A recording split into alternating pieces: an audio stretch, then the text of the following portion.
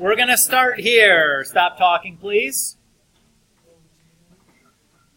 With just a bit of an info dump.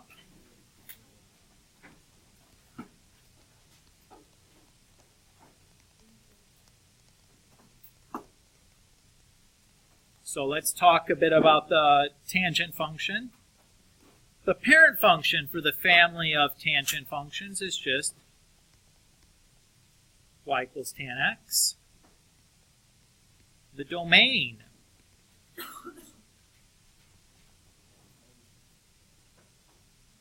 is x does not equal n times pi over 2,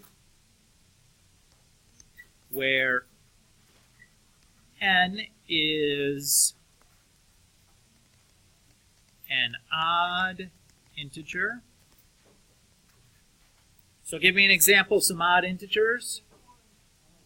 1, 3. Good. Keep on. You can go the other direction, though, also, right? -1, -3, all those are odd, too.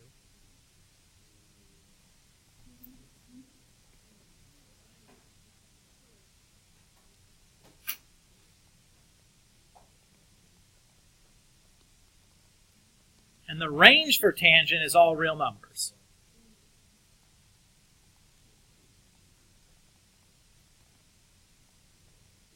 The symmetry for a tangent function is odd. That is the 1/880 rotation about the origin. Tangents have a midline at y equals 0. We have a period of pi. Note the difference there. For sine and cosine, what's the period? 2 pi. The period for tangent, though, is just pi.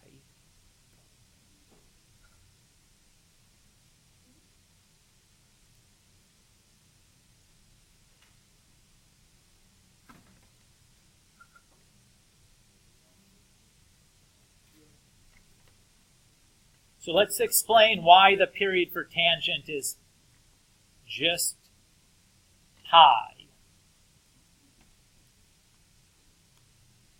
If I go and I look at the tangent, if I go from, say, pi over 4 to 5 pi over 4, that's 1 pi, correct? The tangent of this is 1. The tangent here is the square root of 3. The tangent here is undefined.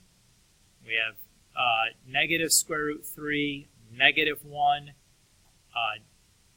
-1 over the square root of 3, 0, square root of 3, 1, and we've started back over again, right? So your period is just pi before it repeats. Let's take a look at the graph on our calculator just to get an idea of what the parent function looks like. Okay. Before I graph this, I should check 2 things. One thing I should check is the mode. Make sure I'm in radian mode. Then what I want to do is just zoom trig.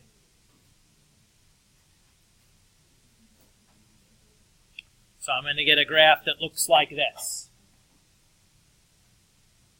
Some of you, depending on the age of your calculator, the calculator might draw in the asymptotes for you. I think the newer calculators have upgraded their operating system to take away that.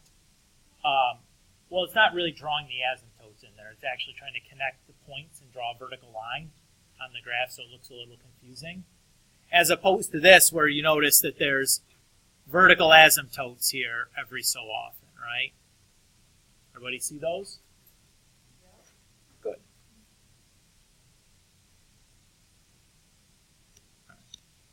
So,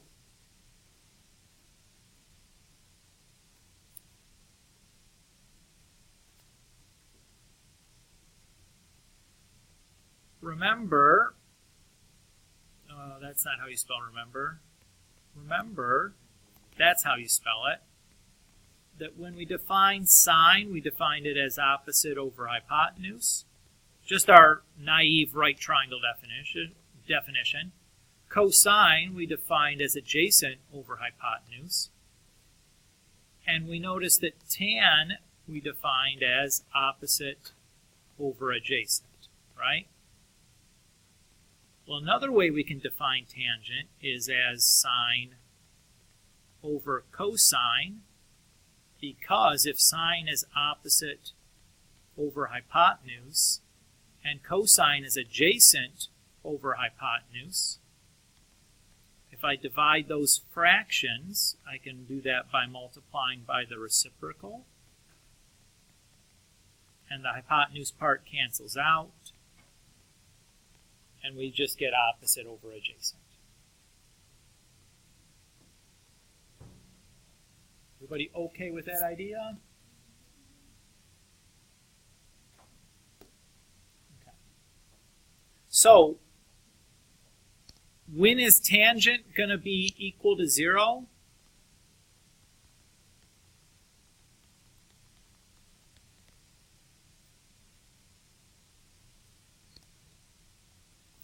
Well, tangent's equal to 0 when the numerator is equal to 0, right? So, that's going to be the same as whenever sine is equal to 0.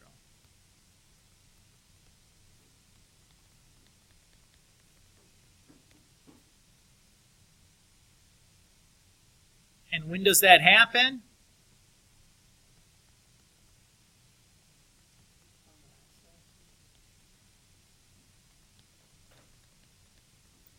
Every pi on the x-axis, right? Sine is 0.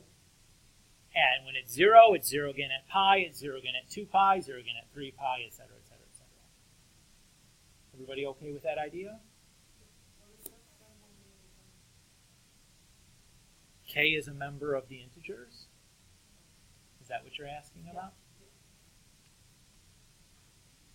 So to just kind of demonstrate this again, if I graph sine of x on the same axis as tangent, and I'll use the little Husky line there for sines. So notice that whenever sine is crossing the x-axis, tangent also crosses the x-axis. Because whenever sine is 0, tangent is 0. Everybody okay with that?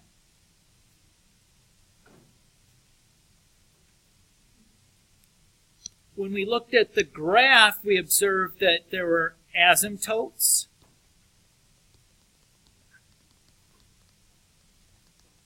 I know that an asymptote exists whenever I have something that's undefined. So when is tangent going to be undefined? Well, when its denominator is 0, i.e. whenever cosine is 0.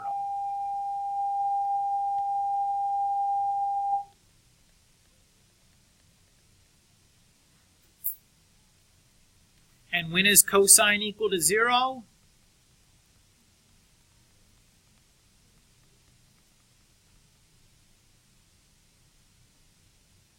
Well, the first time it's 0 is at pi over 2, and then every pi units after that, like 3 pi over 2, 5 pi over 2, 7 pi over 2, etc.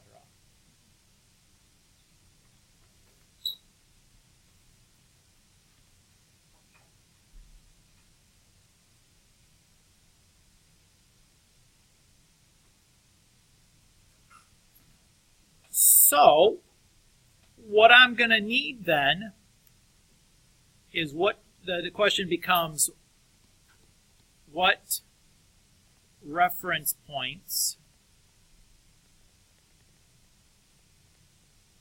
should I use for tangent?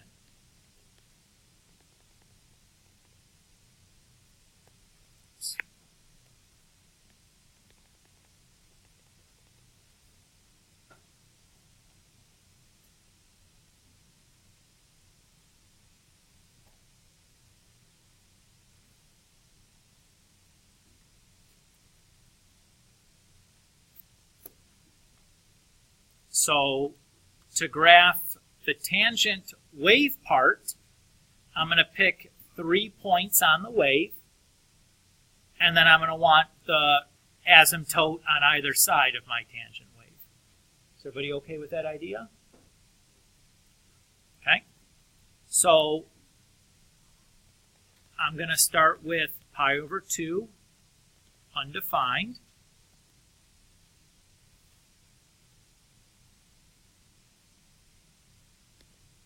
I'm going to do 3 points, and I'm going to end with 3 pi over 2, undefined.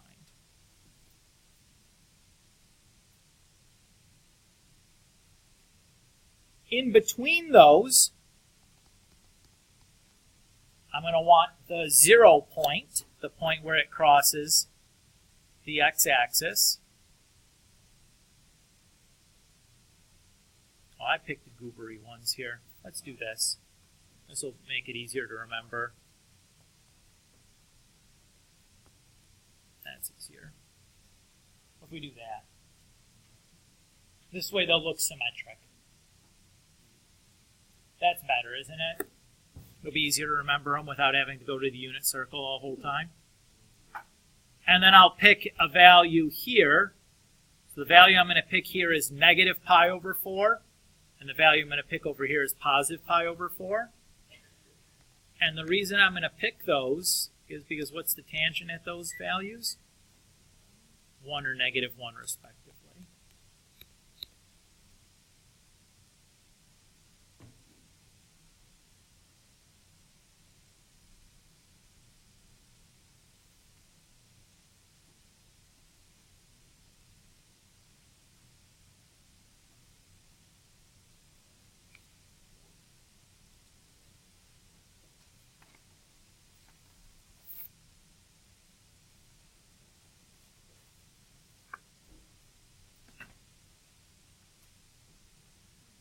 All right, so let's do an example here.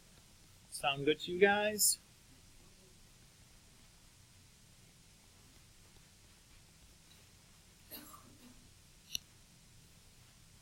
Let's say that we want to graph y equals tangent of 2x. First thing I'm going to do is rewrite this in a form where it's easy for me to identify my values for a, h, and k. Or A, C, H, and K. I always forget to say C.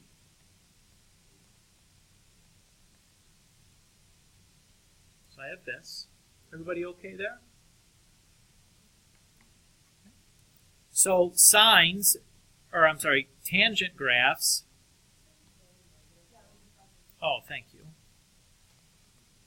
Don't have amplitudes. Why don't they have amplitudes?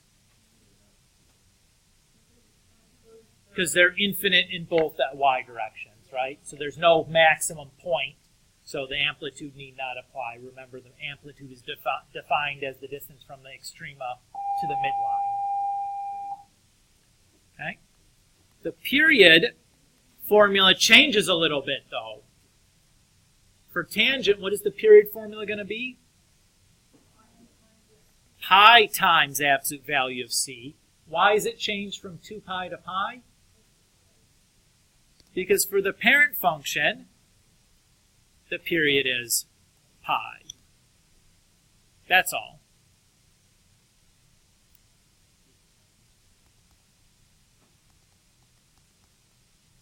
Everybody okay there? The midline is still y equals k.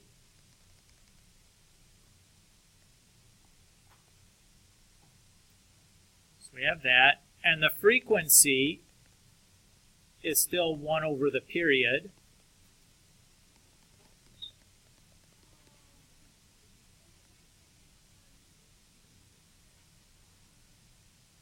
Everybody okay with that?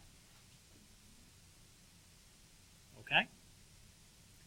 If I wanted to describe the transformation, just so that when we actually draw the graph, we have a way to kind of look at it and check it here.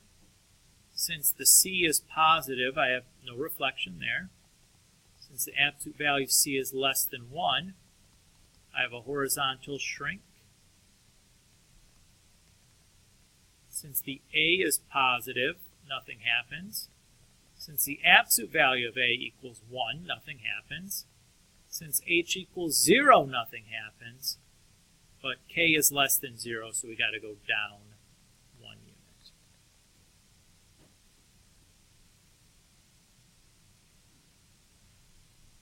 So this should feel like the tangent graph was squished in this way and then moved up 1 unit. Everybody okay with that idea? So I'll draw my transformation map, or write, I guess, my transformation map. The nice part is that it's the same every time, every function you're going to graph using a transformation map. The transformation map never changes, just the reference points would change.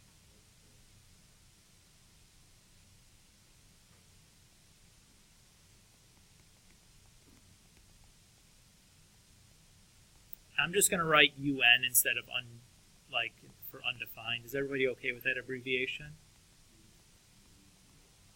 You're pretty cool with that. I hope you are. I just don't want to confuse anybody. You want UD? All right. Okay, you want to put an N in there? Goodness gracious. Make a decision.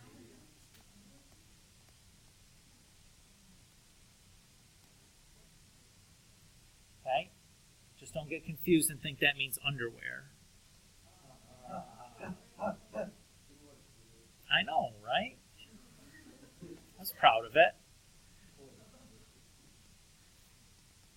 So, what do I get when I do undefined minus 1? Undefined still, right?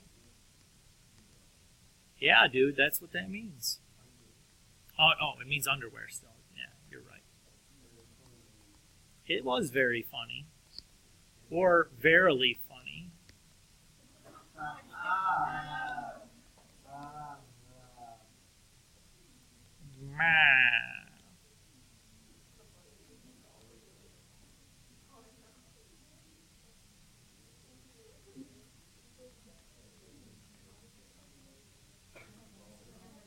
Go ahead, Ella.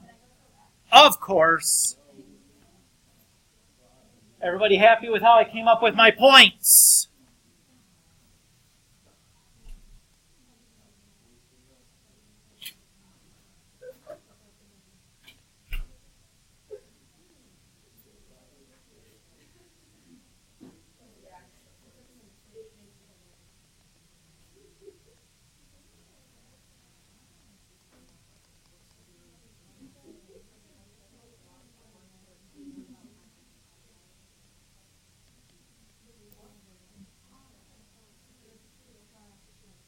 Okay?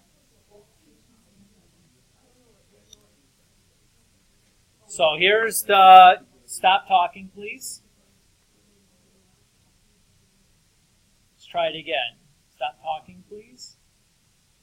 Alright, so I've gone ahead and drawn out a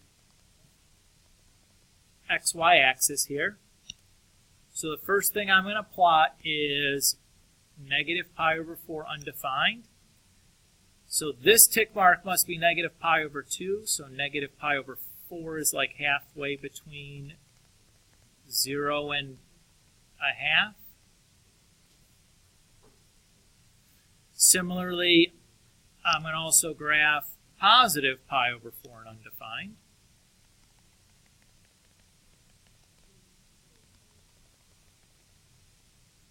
Okay there. And then I know that I'm going to have a asymptote every pi units apart. I really mean half a pi. Whoa.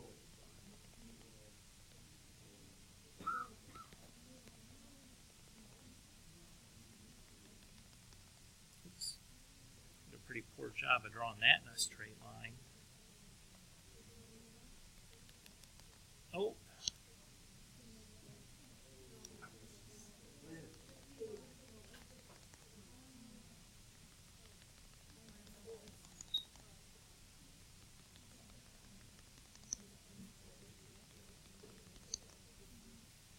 Jeepers creepers, that's a lot of asymptotes.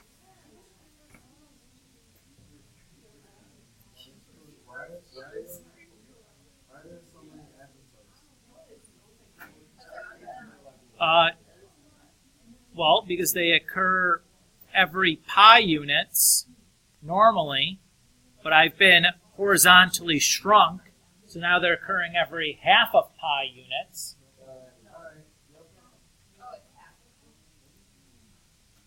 So I'll do the same thing. And I would just keep on doing this until I wanted to poke my eyes out. But I feel like after this you've kind of gotten the idea, right? I definitely overestimated how big to make this graph. Negative 2 pi to positive 2 pi is absolutely overwhelming. Jacqueline!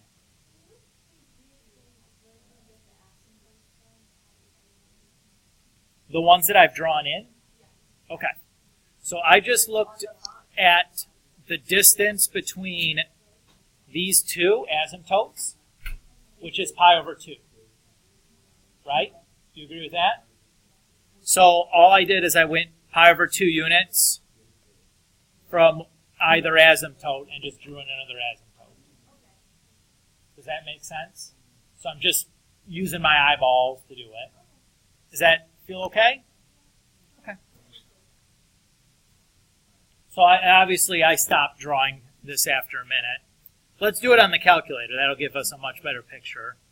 My artwork skills are, sometimes they're okay. That right there was not a real impressive display of mathematic drawing.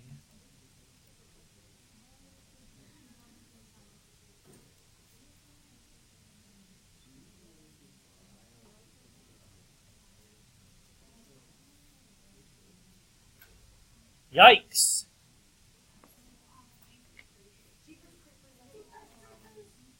I know.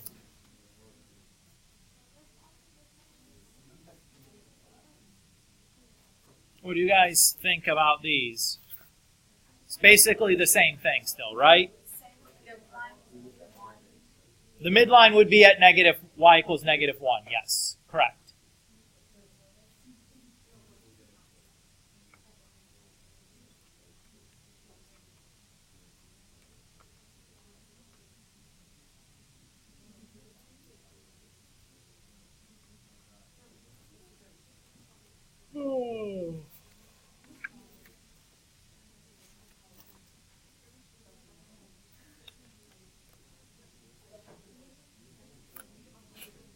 I want to do one more example thing, and then I am going to be done.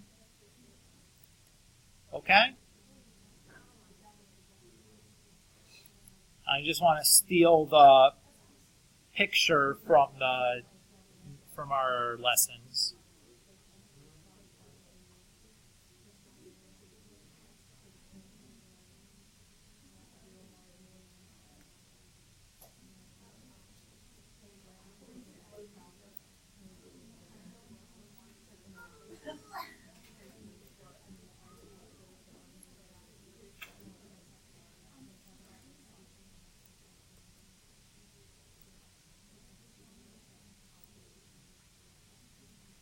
So what if I wanted to write an equation for sine, for tangent, based on our graph? Oh, sure.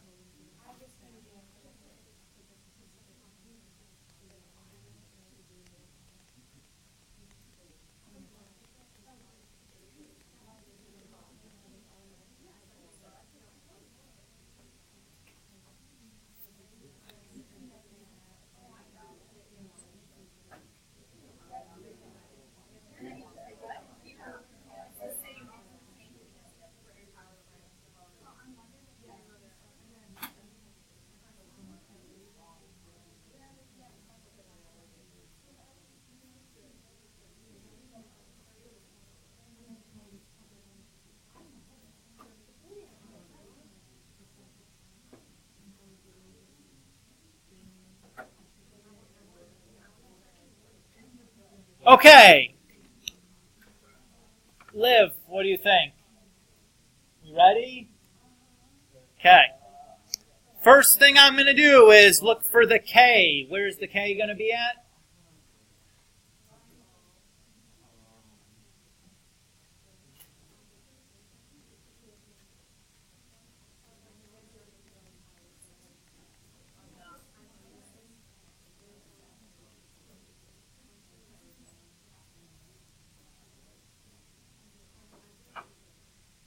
So, right away, yes, go ahead. Right away, I can see that K is equal to -1. Can everybody agree with that? Yeah, that's where it's from. That's the midline, right? Everybody can see the midline? Okay. So, if I go from halfway between the midline and the next asymptote, and I look at the distance from that point to the midline, that's my absolute value of A. So here we have the absolute value of A is 1. Probably should have used a color other than red with the asymptote in there. Hey, don't get too sassy with me. You can be normal amounts of sassy. That was excessively sassy. Is everybody okay with that? Okay. What I'm going to do next is I'm going to look at the distance between my two asymptotes. How far is that?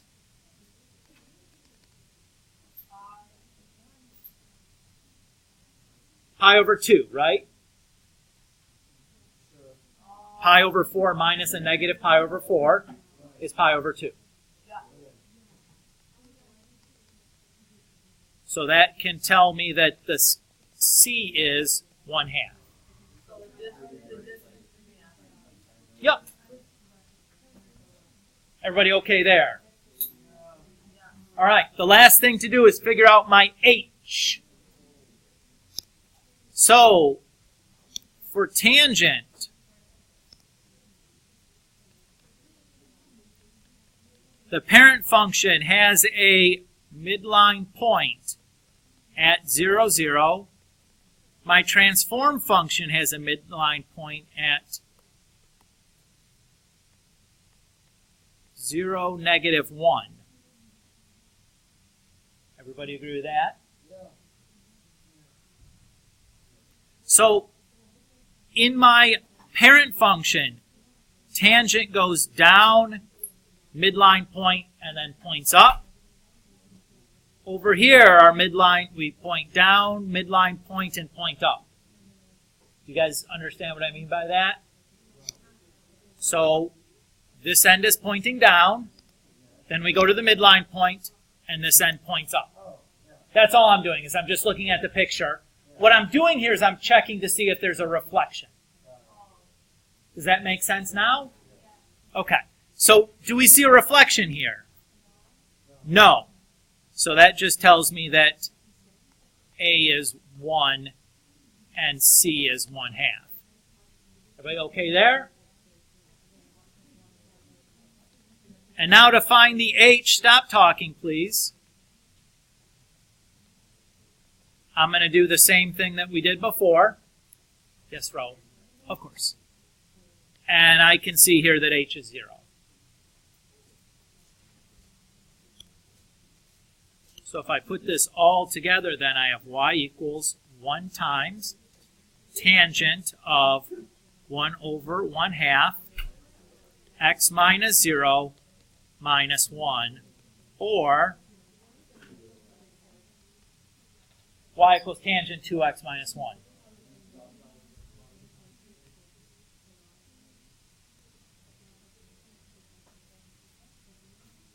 And guess what? What do you notice? It's that same thing that we just graphed, wasn't it? Oh, you're so sneaky. Well, I did use a different scale to hide that from you, yes.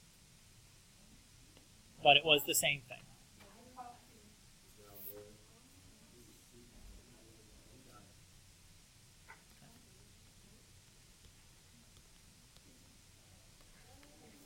So for Monday, because we don't see you guys tomorrow, 15 to 26. It is 12 problems. Good counting.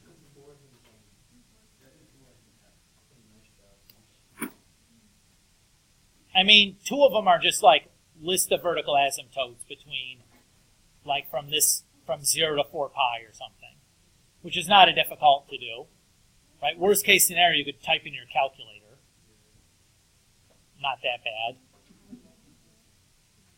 There are some graphing ones. And then 2 of the write the equation from the graph ones, but it's not so bad.